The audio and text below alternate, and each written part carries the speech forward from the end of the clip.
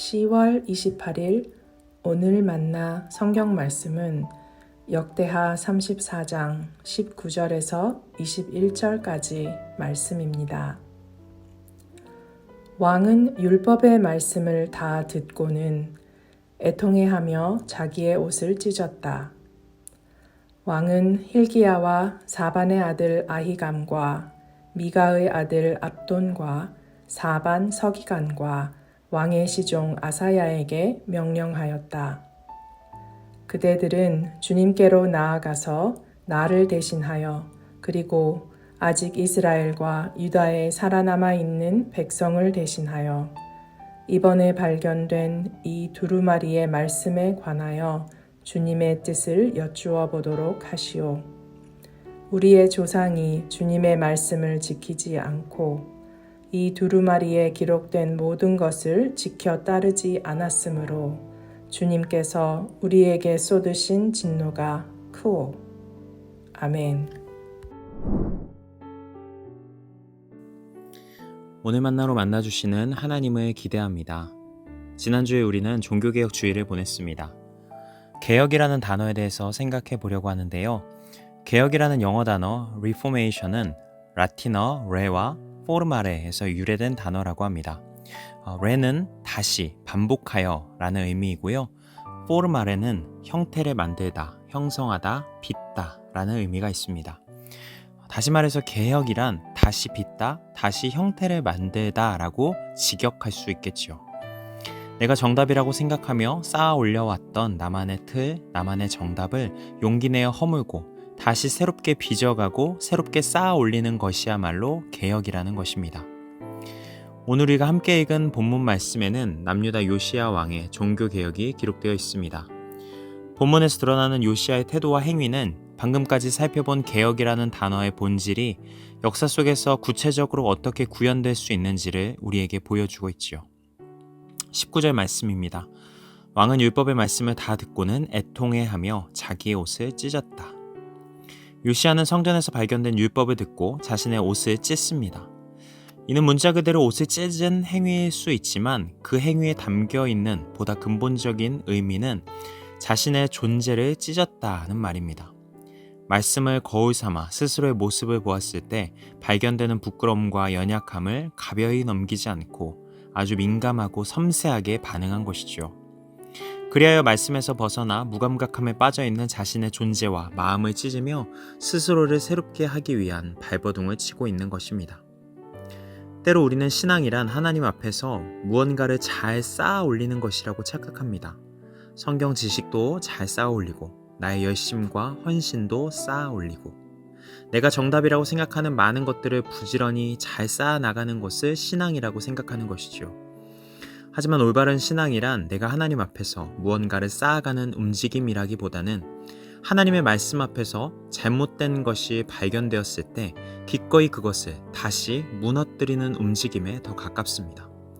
우리의 잘못된 종교적 습관과 어그러진 내면을 민감하게 발견해가고 그것을 기꺼이 다시 무너뜨릴 때 하나님과의 올바른 관계의 출발점에 놓이게 되는 것이죠. 오늘날 우리는 무엇을 찢으며 살아가고 있는지 돌아보면 좋겠습니다. 말씀과 멀어진 자신의 삶을 발견하고 나의 마음과 존재를 하나님 앞에 찢는 겸손함으로 살아가고 있는지, 아니면 나의 기준으로 타인을 재단하고 정죄하며 도리어 타인의 마음과 타인의 존재를 함부로 찢으며 살아가고 있지는 않은지 말입니다. 더불어 기억했으면 하는 요시야 왕의 중요한 태도가 있습니다. 21절 말씀입니다. 그대들은 주님께로 나아가서 나를 대신하여 그리고 아직 이스라엘과 유다에 살아남아 있는 백성들을 대신하여 이번에 발견된 이 두루마리의 말씀에 관하여 주님의 뜻을 여쭈어 보도록 하시오. 요시야 왕은 hil기야 제사장과 서기관들에게 말씀에 관한 주님의 뜻을 구합니다. 옷을 찢는 행위가 자신의 잘못된 관성을 무너뜨리는 움직임이었다면 주님의 뜻을 구하는 행위는 무너뜨려진 공터 위에 다시 무언가를 새롭게 쌓기 위한 움직임이죠. 이전과 같이 자신이 주체가 되는 것이 아니라 하나님이 주인 되어 주셔서 하나님의 뜻 안에서 새로운 기초가 쌓일 수 있기를 소망하며 요시야는 용기 내어 주님의 뜻을 묻는 자리에 나아가고 있습니다. 그리고 또 한 가지 중요한 대목은 요시야가 나를 대신하여 그리고 아직 이스라엘과 유다에 살아남아 있는 백성을 대신하여 라고 말하는 부분입니다. 요시아는 그저 자기 혼자만의 살 길을 위해서 하나님께 묻고 있는 것이 아닙니다. 이스라엘과 유다의 남은 자들 모두의 다시 살아남을 위해서 하나님의 뜻을 구하고 있는 것이죠. 요시아는 자신의 존재를 찢으며 말씀 앞에 올바로 서기 원하는 사람의 모습이 어떠해야 하는가를 우리에게 보여주고 있는 것 같습니다. 그저 자기 자신의 안위에만 함몰되어 있지 않고 공동체적 감수성을 가지고 더불어 함께 살아가야 할 생명의 길을 하나님께 포기하지 않고 구하는 모습. 이런 모습이야말로 하나님이 주체가 되시는 진정한 개혁을 향한 올바른 태도이고 방향이라는 것을 말해주고 있죠. 사랑하는 성도 여러분, 말씀 앞에서 우리의 마음과 존재를 찢는다는 것은 결국은 다시 하나님과 함께 살아보고자 하는 간절한 몸짓입니다. 그리고 그 몸짓은 나 하나만이 아니라 내가 속한 공동체 모두가 함께 다시 살아나기를 바라는 사랑의 마음으로 이어져야 하죠. 우리가 살아가고 있는 역사 속에서 또 공동체 상황 속에서 우리가 어떤 존재로 하나님 앞에 서야 하는지를 함께 묻고 함께 고민하며 함께 순종하는 길을 걸어가면 좋겠습니다. 우리가 말씀 앞에서 기꺼이 찢고 허물어야 할 우리의 잘못된 관성은 무엇인지 또 어그러진 마음은 무엇인지 민감하게 발견해가면 좋겠습니다. 그리고 우리가 함께 살아가기 위해 다시 무엇을 쌓아나가야 할지 하나님께 구하기를 포기하지 않으면 좋겠습니다. 우리의 이런 영적 발버둥과 움직임을 통해서 오늘도 우리를 새롭게 빚어가시는 하나님의 선하신 뜻이 우리 가운데 이루어지리라 믿습니다. 기도하시겠습니다. 사랑의 하나님, 자주 헛되고 잘못된 것들에 집착하며 그것이 정답이라 확신하는 우리 어리석음을 용서하여 주시옵소서. 말씀에서 벗어난 우리의 모습을 발견하게 될 때 기꺼이 우리의 존재와 마음을 찢을 수 있는 용기를 허락하시고 나 혼자만이 아닌 함께 살아나기 위한 하나님의 선한 뜻을 구하기를 포기하지 않는 믿음을 허락하여 주시옵소서. 예수님의 이름으로 기도드립니다. 아멘. 이제 두 가지 기도 제목으로 함께 기도합니다. 첫 번째로 오늘의 말씀에 따라 기도하겠습니다.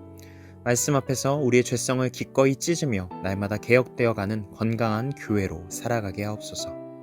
두 번째로 나라를 위해 기도하겠습니다. 국가의 위정자들이 자신들의 부족함이 드러나고 발견될 때 정직하게 인정하고 그에 맞는 합당한 책임을 지는 정의로운 모습을 회복하게 하옵소서. 이 제목으로 기도하신 후에 개인 기도로 나아가시겠습니다.